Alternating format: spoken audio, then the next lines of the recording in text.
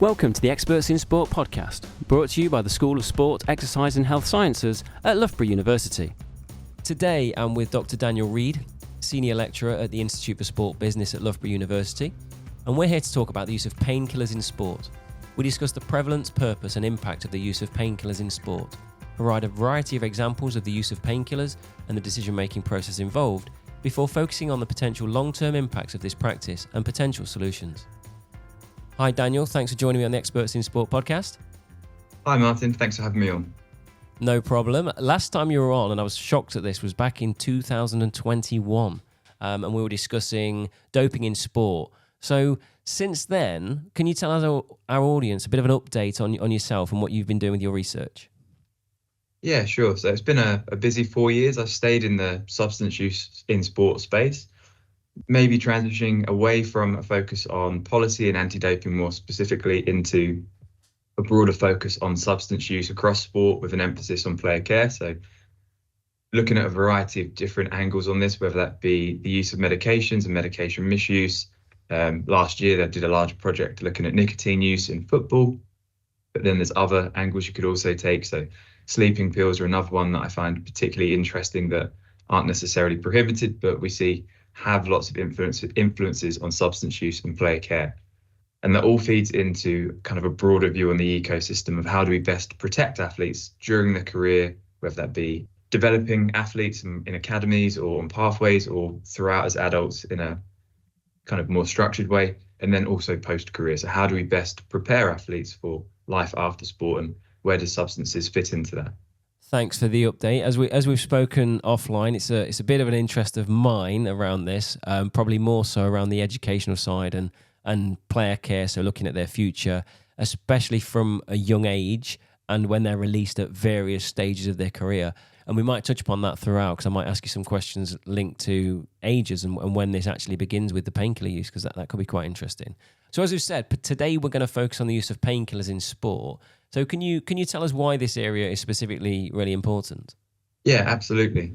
I think when we look at painkiller use, it brings together a number of different arguments that are really interesting from a sports policy and sports welfare perspective. So first of all, most painkillers aren't illegal, or they're not prohibited by any kind of sports governing body. Obviously, some are, particularly opioids, for example, you can't take. They would cause an anti-doping law violation. But things that you can buy over counter, paracetamol, non-steroidal anti-inflammatory drugs, or NSAIDs, as I'll probably refer to them for the rest of the podcast, you can walk into a shop as an athlete and buy those, and there's not going to trip an anti-doping violation. But you then counter that with some players do see these as performance enhancing. So we spoke to athletes across different sports, and whether it's a placebo effect or whether it's something that gives them confidence before going into a competition, or whether it is the fact that they actually are in pain or have an injury, lots of athletes do use painkillers for performance enhancing purposes. Tramadol recently has been added to the WADA prohibited list because it's been shown to have a performance enhancing effect. But in lots of sports, it's beneficial if you can't feel pain.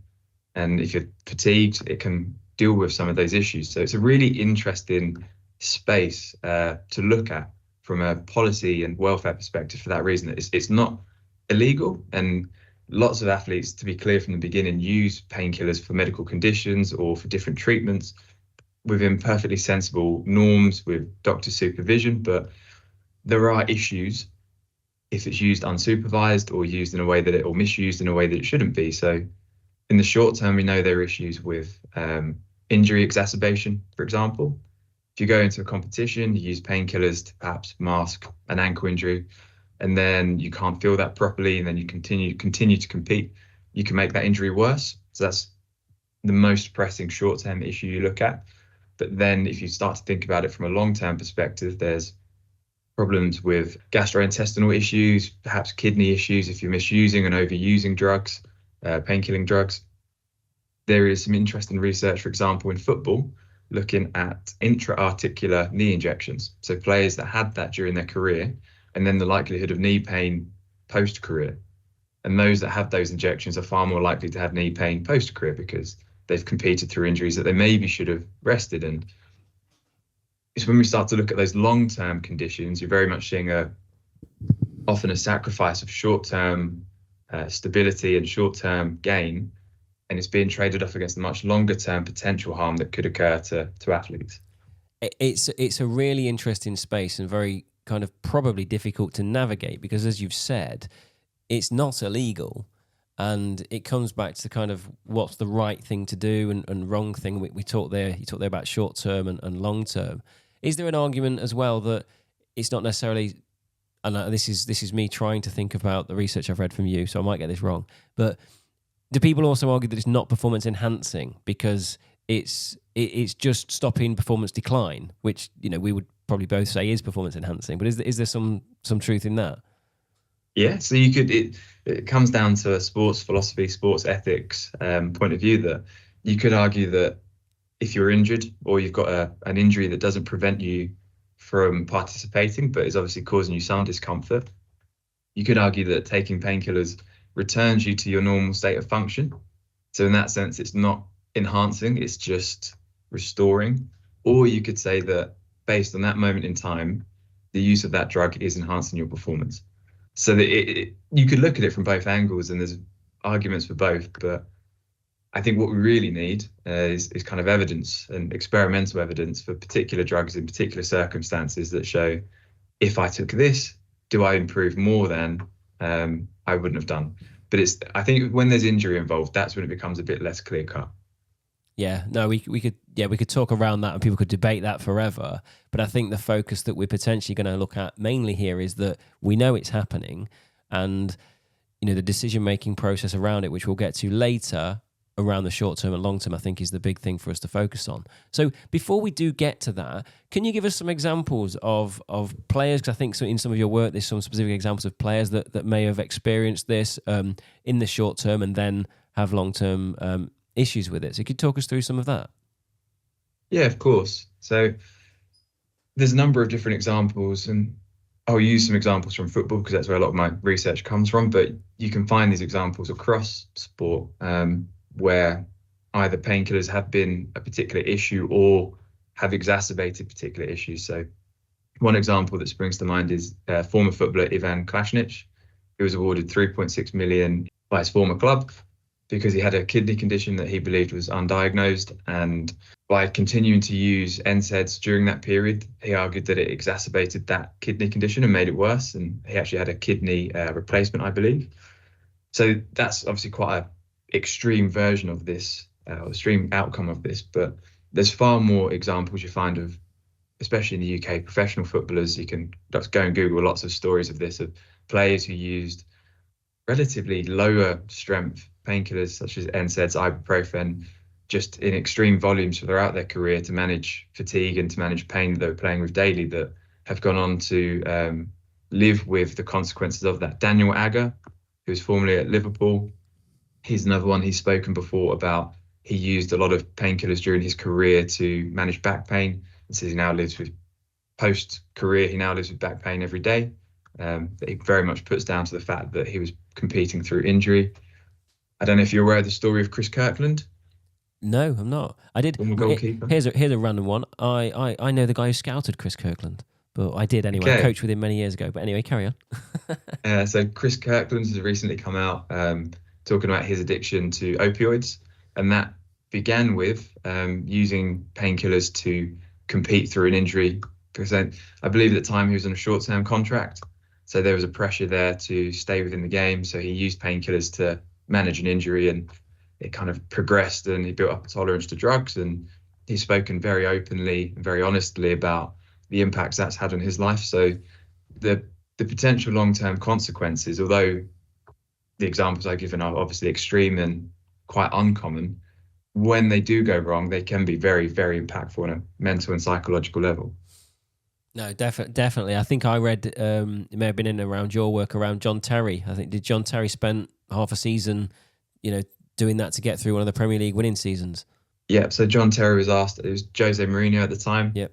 And his language around it's quite interesting, that was reported in the papers, that he was asked to kind of numb his foot to get through the season. And I think John Terry's response at the time was, it's just something, when I'm paraphrasing here a bit, but when the manager comes to you, you do it, and you have those injections to get through. And we did some work I think it was last year, looking at Rafael Nadal to maybe use an example outside of football. So he's got a degenerative foot condition. And to get through Roland Garros one year, he had continuous anesthetic injections into his foot to numb it. So he couldn't feel that foot at all whilst he was playing. He did go on to win the tournament. And one of the things we looked at was the press coverage of that. And it was really kind of made him look like a hero, and quotes kind of saying, isn't he amazing that he can do this on a numb foot and go and win one of the major Grand Slams? But in reality, it's a very serious decision to take. And the message that maybe sends to other athletes or to young tennis players who look up to a player of his kind of position and go, well, if it's sensible for him to do it, or if he can do it, maybe that's the sort of thing, if I was in that position, I would need to do to be one of the greats of tennis. It's interesting because when you said that, I was thinking, gosh, when you have like a you go to the dentist, you can't feel your face for ages. How can you play without feeling your foot? Kind of, that's amazing was my initial thought, but then you're going, that is also crazy. But I also understand it. It's so many things going through your head about that whole scenario. But like you said, the influence that has on others when it's portrayed as heroic. Any of these things, I instantly think of Terry Butcher clashing his head and playing the whole game with a bandage around his head, and everyone thought, what a true British hero. Just wouldn't happen now, would it? Who else was there? Paul Ince as well. He did against Italy away. Maybe they had painkillers there. I don't know, but certainly big wounds that they probably shouldn't have been playing with. Concussion is another place that we could go with this, but a totally different space. Very interesting, some of those individual examples that you've given. In terms of frequency, how frequent is this happening? I know I saw some research, and I'm quoting from some of it here. So it says here that in the 2010 Men's World Cup, 39% of players took some form of painkiller before every game. That's mental. You just go, what? How many? And then again, so that was 2010. 2018 World Cup, 40% of players used, how do you say this? NSAIDs? Is that how you say it now? NSAIDs, yeah. NSAIDs, yeah. There we go. At some point during the tournament, while 17% used other forms of analgesics. At national level in German Bundesliga, found 32% of in-competition doping control forms declared the use of some form of analgesic, with NSAIDs, ibuprofen being the most frequent. My point of reading all those out, it's pretty consistent. You're talking 30 to 40% of players are doing this all the time. Yeah, it's very common across, I think, football, and there has been a lot of focus on NSAID use in football, and those figures come from doping control forms, so the doctor declaring what substances have been prescribed to players. I think in other sports, you're looking at very similar rates. And what's interesting as well is that's not really taking into consideration any private use. And I think that's where you would see that percentage go even higher, that this is just what's being declared on forms. And yeah, when we look at research in other sports and in football that tries to understand that private use, that percentage would definitely increase. Yeah, I think that's an interesting piece here. And how much does the club doctor know and how much is the player just doing things themselves is probably an interesting space to look at. Is there any research in that, or not sure? So we did some work in professional cricket in England, so county level cricket. We interviewed a number of players around these kind of attitudes to painkiller use, pain management. And it was almost normalised that players would do this on their own. And we have, in these examples, you can go and read that paper, but stories of players going out to kind of buy their own. And this comes back to the earlier point of the fact it makes it such a tricky problem to manage for clubs and for teams and for doctors, because if that doctor doesn't prescribe you what you want in terms of painkiller medication, or what you at least think you need, you can go to the local supermarket. You can stop off at a petrol station and just pick some up from behind the counter. And that's where we saw as well the much greater use of it, or much higher use of painkillers, was in that private space to manage injuries. And you start to bring in a lot of the social context around that as well, because it was a good chance to explore why is it these players are feeling the need to. I can think of examples of players declaring to us that they would take a cricket day, so if playing a 4-day test match at county level, in the morning, 2 paracetamol, 2 hours later, 2 ibuprofen, then another 2 paracetamol, then another 2 ibuprofen, and kind of continuing that throughout the day to the point that just they could sleep in the evening. and then getting up again, repeating it just continually. And some players taking more than that. So it's a really difficult space to manage for that reason. It definitely is. It's a minefield, really. But I suppose if the culture of it, in the dressing room is, well, everybody does this, so it's just normalised, like you said. There's other sides to this that I think are interesting questions. So, if it's prescribed from a medical professional in the club, like at what point, who's got the duty of care for this, and at what point? So duty of care short term, but also long term. And having been in and around clubs and in and around players, I'm sure you have too. For me, the power is with the manager most of the time in a club. So you just gave that Jose Mourinho example earlier, and you go, well, if the gaffer, as they're often called, is saying I've got to do this, I'm doing it, and that's that. I'm not saying all managers are out there making players do these things, but the culture certainly seems to be, with the numbers that we're putting up here, that this is just the done thing. Where is the line with this stuff? So I know you've mentioned NSAIDs, and we've talked about some other things. Could you just talk us through what these painkillers do? So ibuprofen is the main one that we're talking about a lot of the time here, and we're talking about reducing inflammation, reducing pain, and paracetamol. Are they the main things that are being used? Are there others? Where's the line with what's banned and what's allowed? Yeah, so I mean, generally, there'll be a range of different non-steroidal anti-inflammatories that are used. So ibuprofen is the one that most people would spring to mind or be aware of, but there's other drugs in that category. So things like diclofenac, it's a slightly stronger version. You've then got things like paracetamol, again, freely available over the counter, different mechanism of action, but is again used as a painkiller. And one of the things, speaking to club doctors, is often they try and at least get players who have a preference or perception that NSAIDs are more effective, but actually paracetamol can be just as effective as a pain relief medication. You've then got different injections. You can have intra-articular injections, corticosteroid injections, things like that, which might be used to target particular injuries or to numb particular parts. You've then got a kind of range of different, more stronger drugs. So you might start to look at opioid-based medications, which bring with them a whole different suite of risk, in particular around dependence. So they're a lot more tightly controlled and managed. Tramadol has recently been banned by the World Anti-Doping Agency, so probably the highest profile example of this. There was a big concern in cycling, professional long-distance cycling, around tramadol, that cyclists were using it for kind of performance-enhancing reasons, because if you can't feel your legs as much, you can subdue some of the pain of cycling 100 kilometers, 100 miles every day. So there was that argument around the opioid medications. They are prohibited. So opioid medications from an anti-doping perspective aren't allowed, but it might be the case that you've had surgery. So there are a suite of stronger medications that are prescribed post-surgery or for specific medical conditions. But in most sports, in terms of the daily misuse and the daily use, you're looking at that range of paracetamol and different NSAIDs. I just got a flashback. I need to go and listen to our last podcast, because I reckon I brought this up here, so it's therefore, it's still cutting me deep. That a friend of mine, I ran the Sydney Marathon years ago, and a friend of mine who ran it as well said, when do you really start to feel it? I was like, 10K, I was dying. And basically he ran past me at about 10K and beat me by about 10 minutes. And he said, yeah, I could have told you that. You just need to take some paracetamol. It's about halfway around. And I was like, what? Like, that's just cheating. And I would never even have thought about that. And then, because he's beat you, you're like, maybe I do that next time. I never have, by the way. But I genuinely never thought about it. And I was like, well, it does make some sense in terms of that pain being numbed and everything's fine. But do you know much regarding recreational use for recreational athletes? Is it going on there?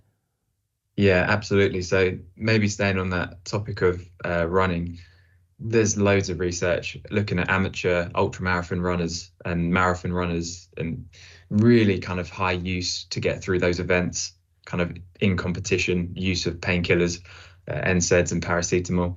And the risk that presents is any drug use kind of takes a toll on your kidneys, because you're trying to clear your blood. And if you're doing it in extreme conditions, when you're dehydrated, that puts extra strain. So that's quite a high risk, very common behavior.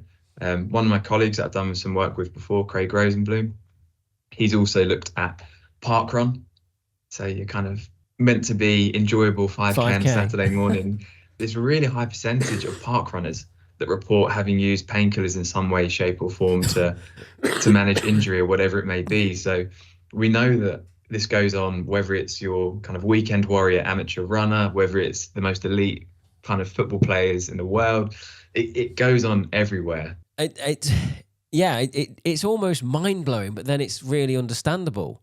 Because if you've ran and running is part of your life as a recreational runner, and all of a sudden you start to feel little bits of pain here and there, and it's only a paracetamol, it's only an ibuprofen, and then I'll be fine, then I understand that people are doing it. I mean, let's take a look at that. So, like, what are those factors? Because I think you've researched around this. What are the factors that are kind of playing into people's decision-making process behind taking whatever it may be, paracetamol or ibuprofen or any of these things? What's going on for people, whether that be in team sports or individually, that makes them go, yeah, I'm going to do this? And have you seen anything that kind of then goes into like further steps, or we're not at that level yet? I mean, I'll start on the first point. Differentiate between the amateur and the professional environment. So we've been doing some research over the last year or so, for example, looking at amateur CrossFit participants, and it's quite common there, but it's not uncommon to see those individuals use painkillers around competitions to manage injuries, but that is often, I think, related to an identity component.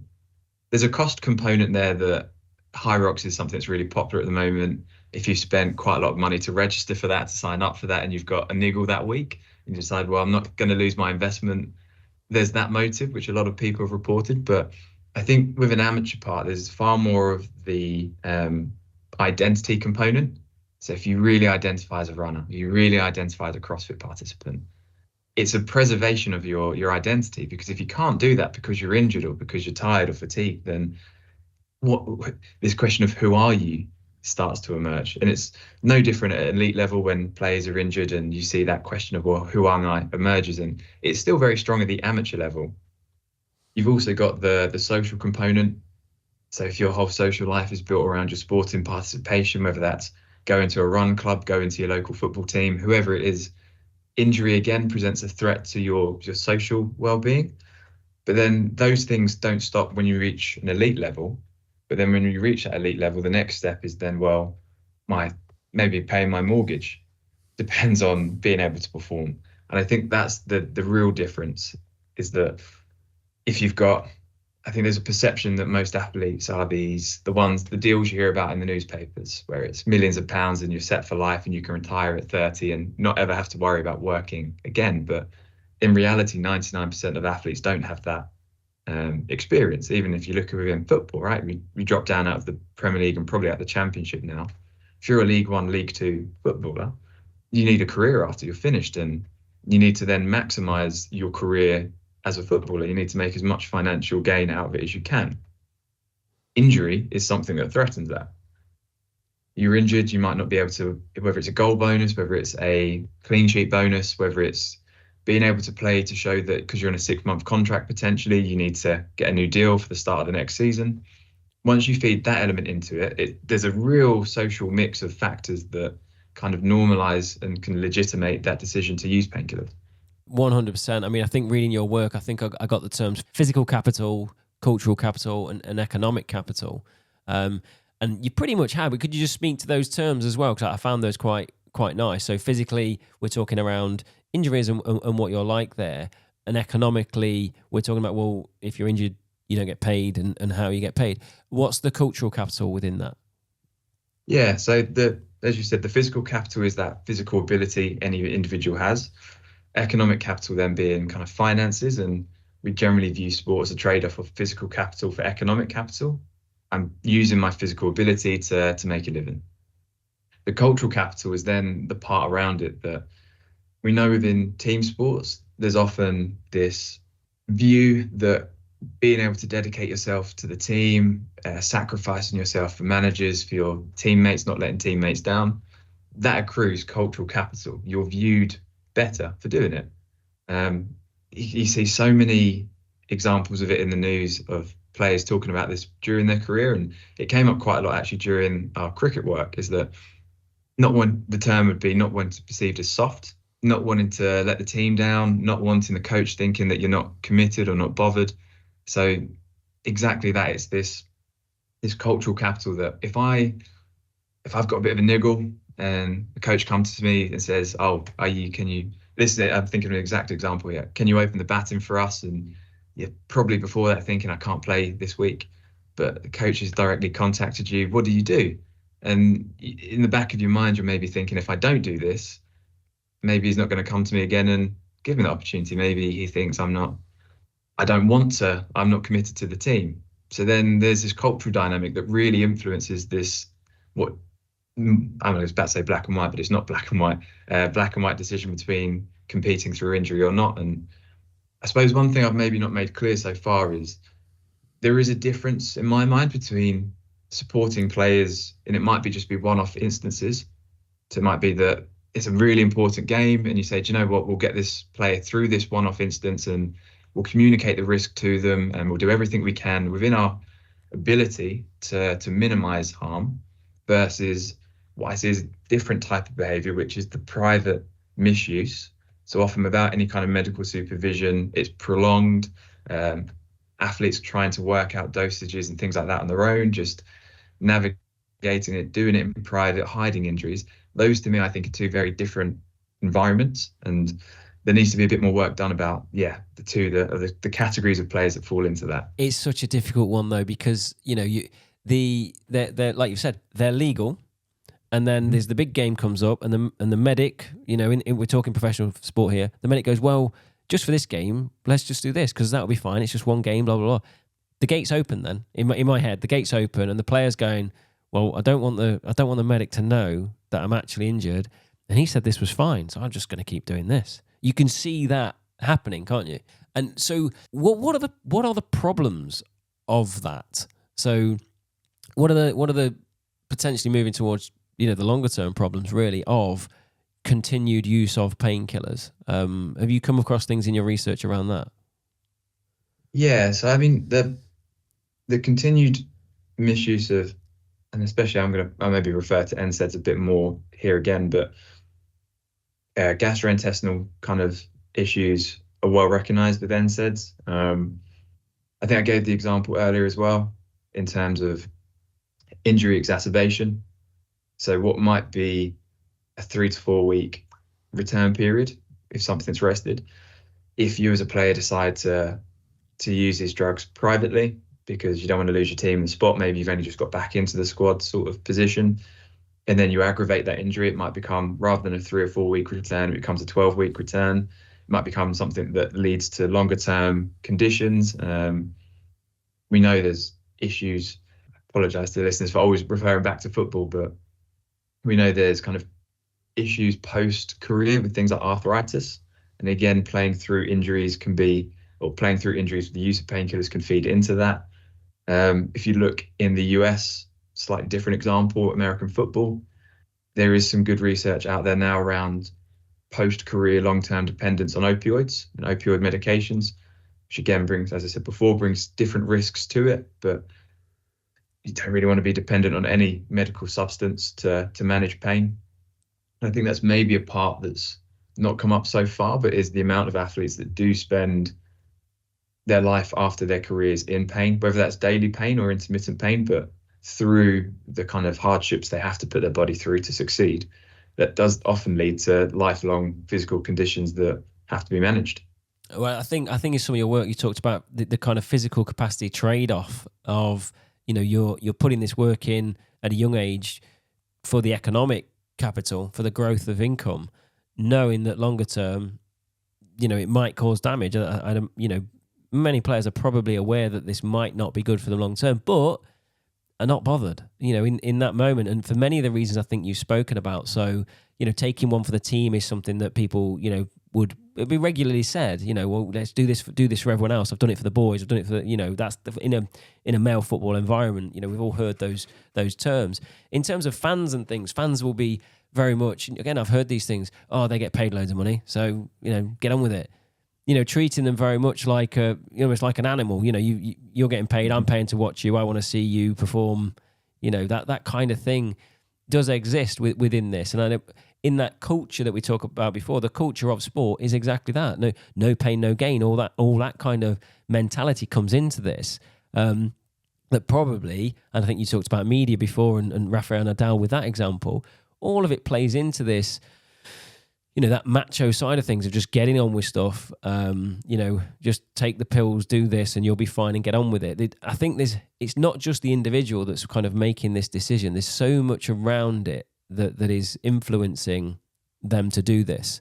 So what needs to be done about this? How can this change in terms of improving this? And how can we get athletes, fans, players, coaches, medical staff to not just focus on that short term, but have that real awareness going back to player care about long term? At which point can we make that decision to say, no, you can't do this?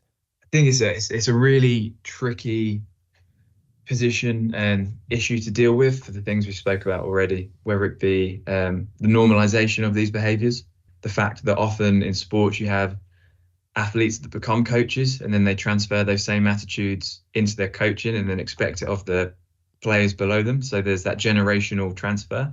And I think that's starting to change because we see more coaches across different sports.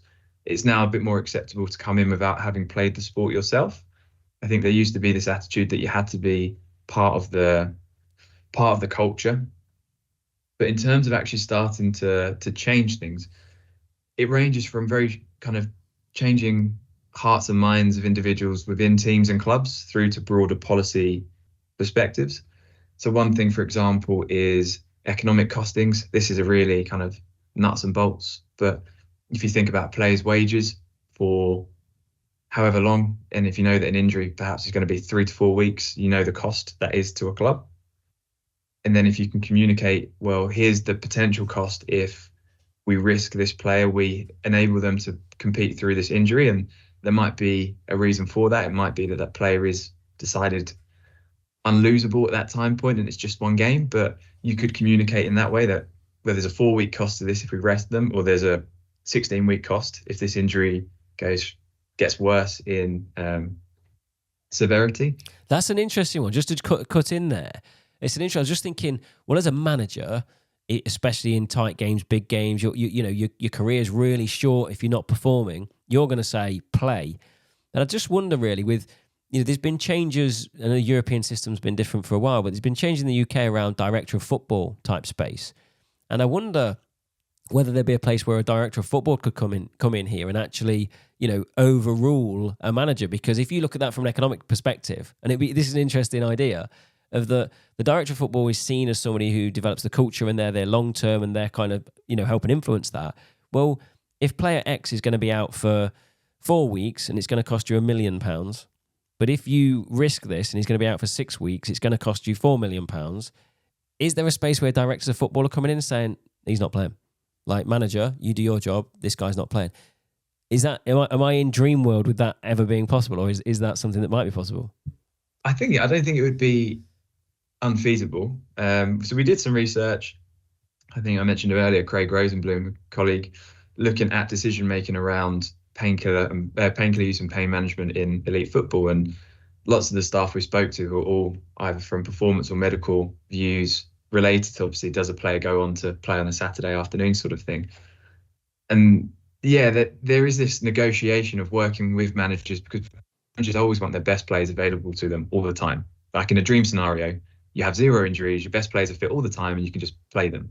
And there is still a culture that managers sometimes will pressure, whether it be the physio or the doctor, can we get this individual back quicker? And I think of one example, one individual spoke about was trying to take into account the stage of the season. So they said they had much better buy-in from a manager when they could explain, well, actually, we've got 20 games left of this season still. 3 games now actually doesn't matter. But if it was 3 games left of the season, then actually it'd be a very different conversation with the manager and the staff and the performance staff. So it really is a contextual decision. And we've said how difficult this issue is. The things like that feed into it so much that, well, what stage is this player's career at? And then medical staff would also tell you that they have to think about, we talked about harm. It's not just physical harm. It could be, in their mind, economic harm. If a player can't play, if they're at the end of their contract and you're potentially risking pulling them out and they've not re-signed, there's an economic harm to that has to be considered. And I don't think it's unreasonable to think that a director of football could come in and have these conversations as well from an economic perspective. Yeah, and it makes sense in my head, but we've both been around clubs, and that how would that go down? I don't really know, to be honest. Well, I probably do, and I don't think it would go down well at all. So yeah, so what else can be done? I know, I think in some of your work you talked about collective bargaining. I'm assuming in America is there things going on there? I know training load and things like that are affected by collective bargaining. Could you talk us through what that process is and whether that type of thing's happening? Yeah, so collective bargaining in short is when a sports governing body negotiates with a player union to decide the rules of the sport or aspects of the sport. Most common examples come from major league sports in America. So your NFL, NBA have very strong collective bargaining policies. The players have representatives and a legal team that negotiate on their behalf. And that's how they determine lots of workload. And I think where collective bargaining could be really powerful in this space is the aftercare piece.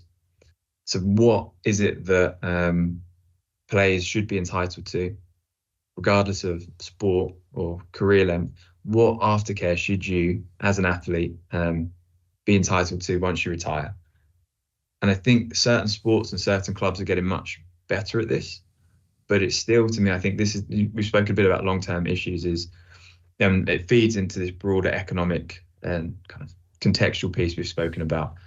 In most sports, realistically, to reach elite levels, you specialize fairly early on. This is a bit of a generalization. It's likely that you're not prioritizing your education. You're probably committing to your sporting development over your educational opportunities and development.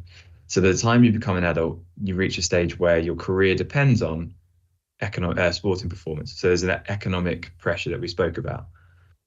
You've then got to maximize that economic opportunity throughout your sporting career, which creates a pressure. Well, if I've got an injury, if I've got a small niggle, I might be inclined to use painkillers or to ask the doctor to help me with that.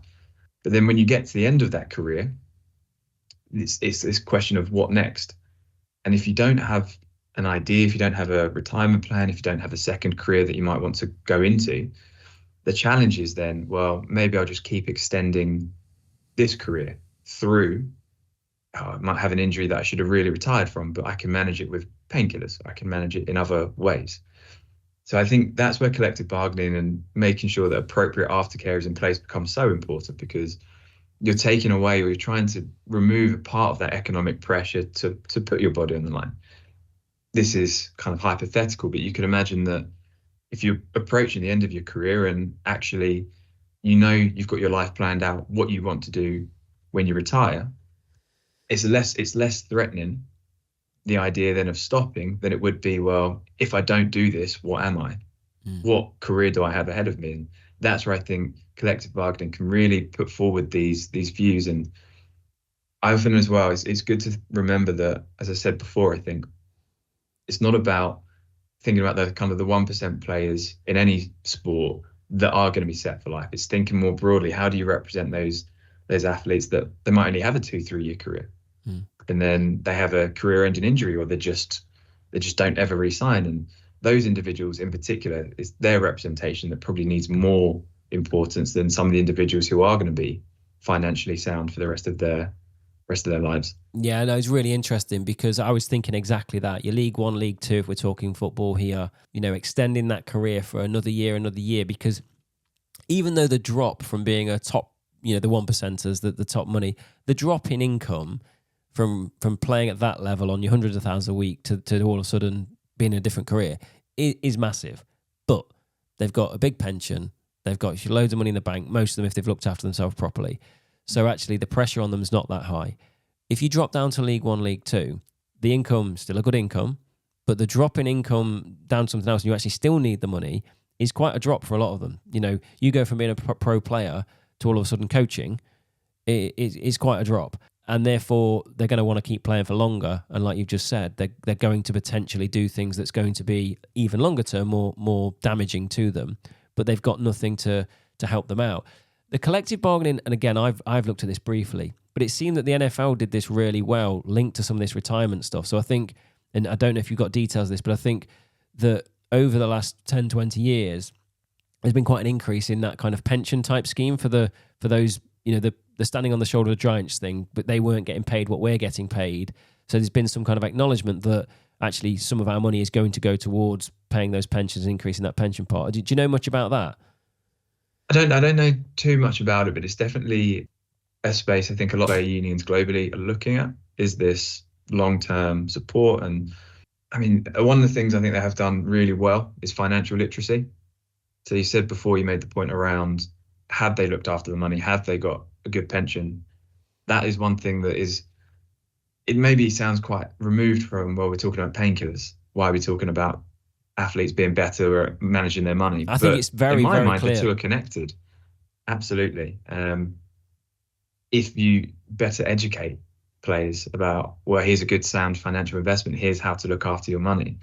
And I mean, it's tricky when you might be dealing with very young individuals anyway, who don't think about, well, I need to think about what I'm doing when I'm 50, 60, 70. Because I mean, when I was 18 years old, I wasn't thinking about those issues. But financial planning and kind of life after sport, secondary skills, all those things, I think are things that could be done relatively in a more straightforward manner to try and address some of the reasons why players do use painkillers. Is there a space here for the decision-making process? So, as a young athlete, I'm never going to get injured. I'm going to be fine. Okay, this isn't going to bother me when I'm older. You don't know, do you? You kind of, whether it's arrogance or whatever you want to call it, we've all been young and we all think we know everything. At what point are people, should we have free will, 100%, do what you like, or at what point can decisions be made for people through clubs or through PFAs or whatever else to go, look, as a collective, we know this benefits everybody, and therefore these things are going to be put into place for all professional players, whether that be a huge pension pot, whatever it may be. Where do you think that could come in? Would that affect things? It's such a tricky space, like you said, because it's that how much do you reach into someone's life? And I mean, to bring it back to the actual decision of painkillers in a short example, it all really comes down to communication of risk. So in terms of agency, I think most medical staff, as long as they could say, I've clearly communicated the risks of, if I was going to perhaps help a player compete through an injury, if I've clearly communicated the risks of this, if I can have informed consent, as much as you ever could claim that an athlete is giving informed consent, because they might still be pressured by their coach or have that in the back of their mind. As long as it's documented, as long as everything is done by the book and they are comfortable that that individual is making that decision on their own, then that's supported. So it's a really tricky space because, like you said, these youth sport is a different kettle of fish anyway. But with adults, if it's their decision, if they're making a decision that is informed, if it's supported by the medical team in terms of, well, we'll do everything we can to minimize the potential harm, and you go, well, it's their choice. And how much do you reach into that? I mean, there's so many questions around it, because in my head, so I think I mentioned before, I was reading a book about the 2003 England World Cup rugby side, and the book basically says that all of them are injured, like beyond normality, and rugby players have just, everyone's had an operation, they've all done this, and they've all got these pains and all the rest of it.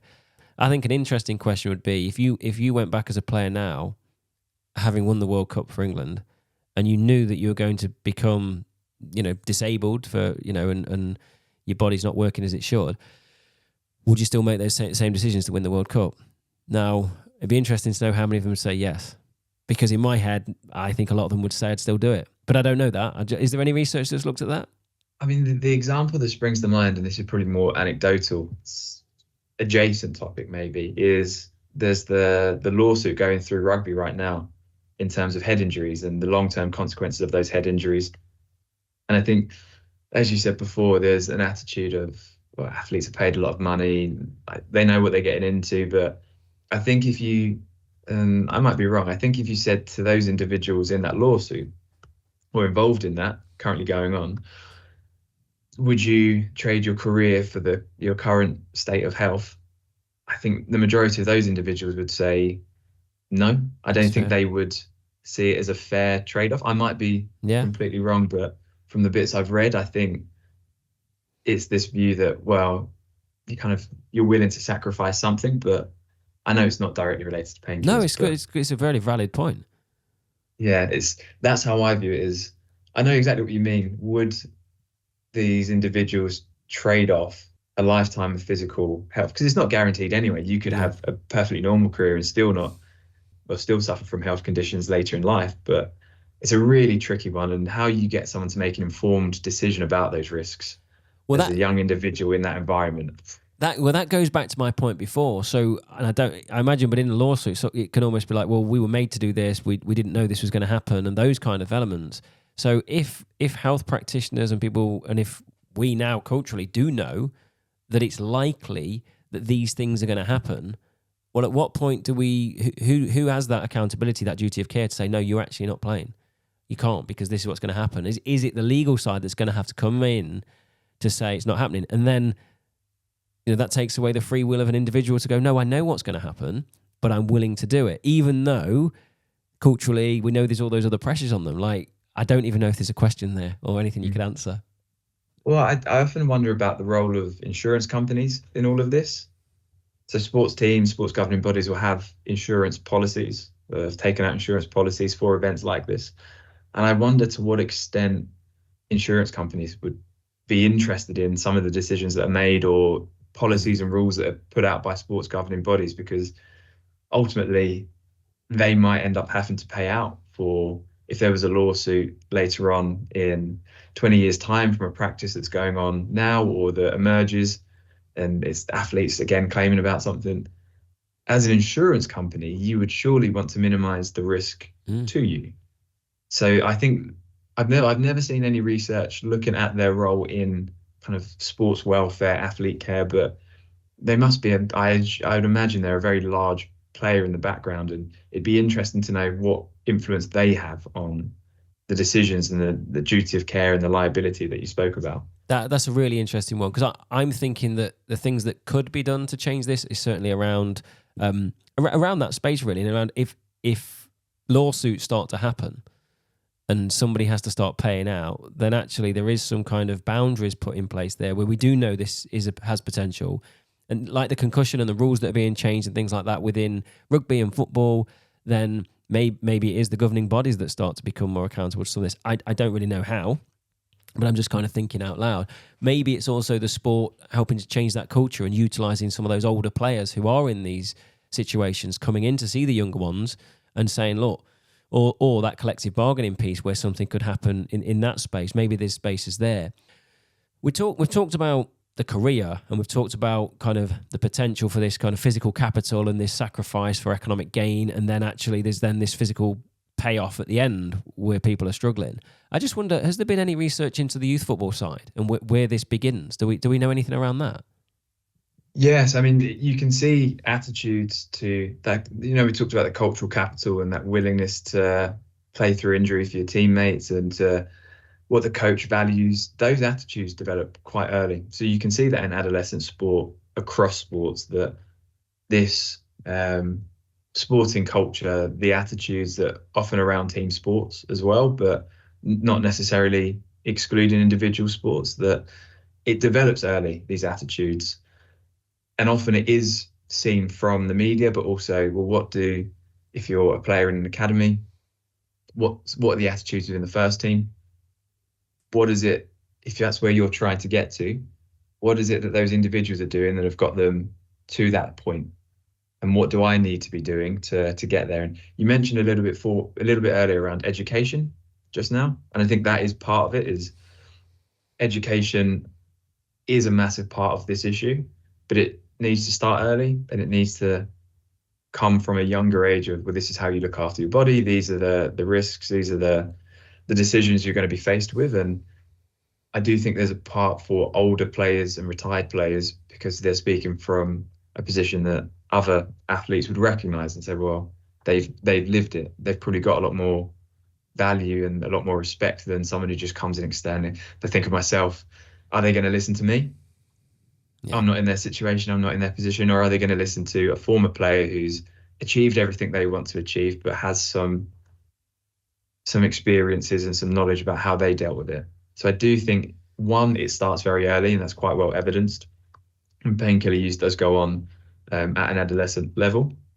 But two, that education needs to start at the concurrent kind of point. Yeah, no, definitely. I think it's been brilliant talking to you. I could talk to you forever about this, and I know we've focused mainly on football, but we've thrown some examples in where actually this is happening in cricket and rugby and long distance running and recreational and juniors and tennis. It's happening everywhere. And what the solution is, kind of, who knows? To me, it seems to stem back to the piece around the physical, cultural, and economic capital. And actually, if we're going football, if like the PFA or national governing bodies can kind of get hold of that kind of as an understanding and look at that trade-off between those things. And I think we started talking about pensions and insurance. I think those kind of things are actually have potential to help better decision-making, especially those players, what we said at the Leagues 1s, Leagues 2s, where actually, if I've got this pension that's pretty decent, then maybe I don't need to make this decision to carry on. So there's some... At the edges, there's probably some wins that could be made if those changes are made to things like that. It really has been great talking to you about all of this, and we could talk about it forever. What's the next steps for you? What are you doing with your research, and where do you want this space to go? So, I mean, the first step, I'd like this space to go more towards some of the things we've spoken about. So if we could have some intervention research where let's track injury rates or performance or likelihood to use painkillers against, well, these players have received this type of education, or these players are getting these kind of secondary skill developments and planning for life after career. So I think that would create some really compelling evidence for change. One of the points that I found most interesting from our work in cricket was actually the players that had kind of great confidence that as soon as they came back from an injury, they'd be straight back in the first team. All of them were really quite happy with taking time off from injury. None of them really reported ever using painkillers because there was a confidence that their economic kind of position wasn't in threat. But when you spoke to maybe a player that's in and out of the first and second team, just got their opportunity, and players did use that exact wording, well, this is my opportunity, I didn't want to lose my chance.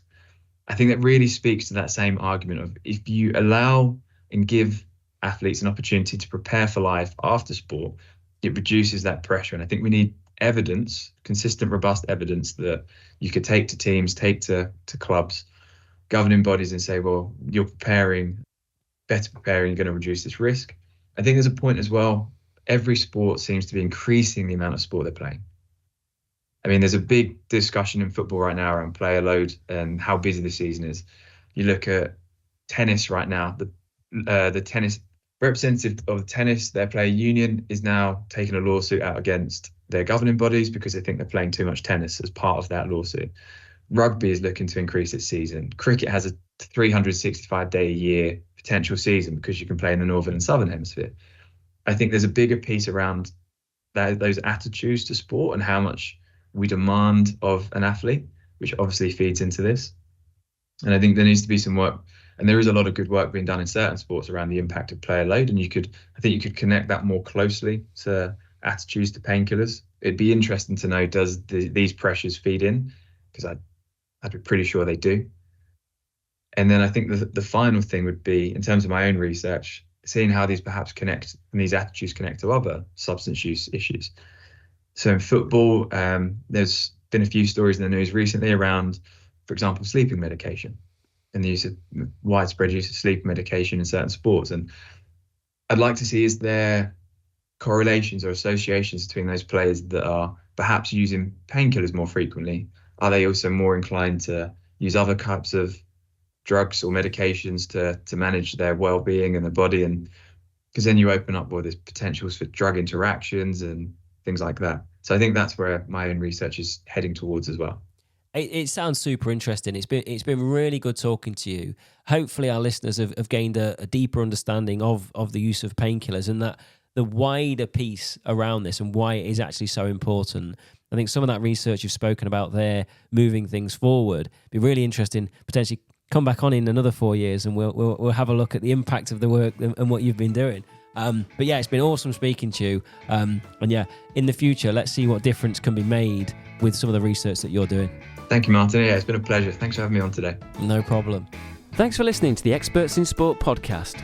If you'd like to get in touch, then please contact me, Martin Foster, at m.foster@loughborough.ac.uk.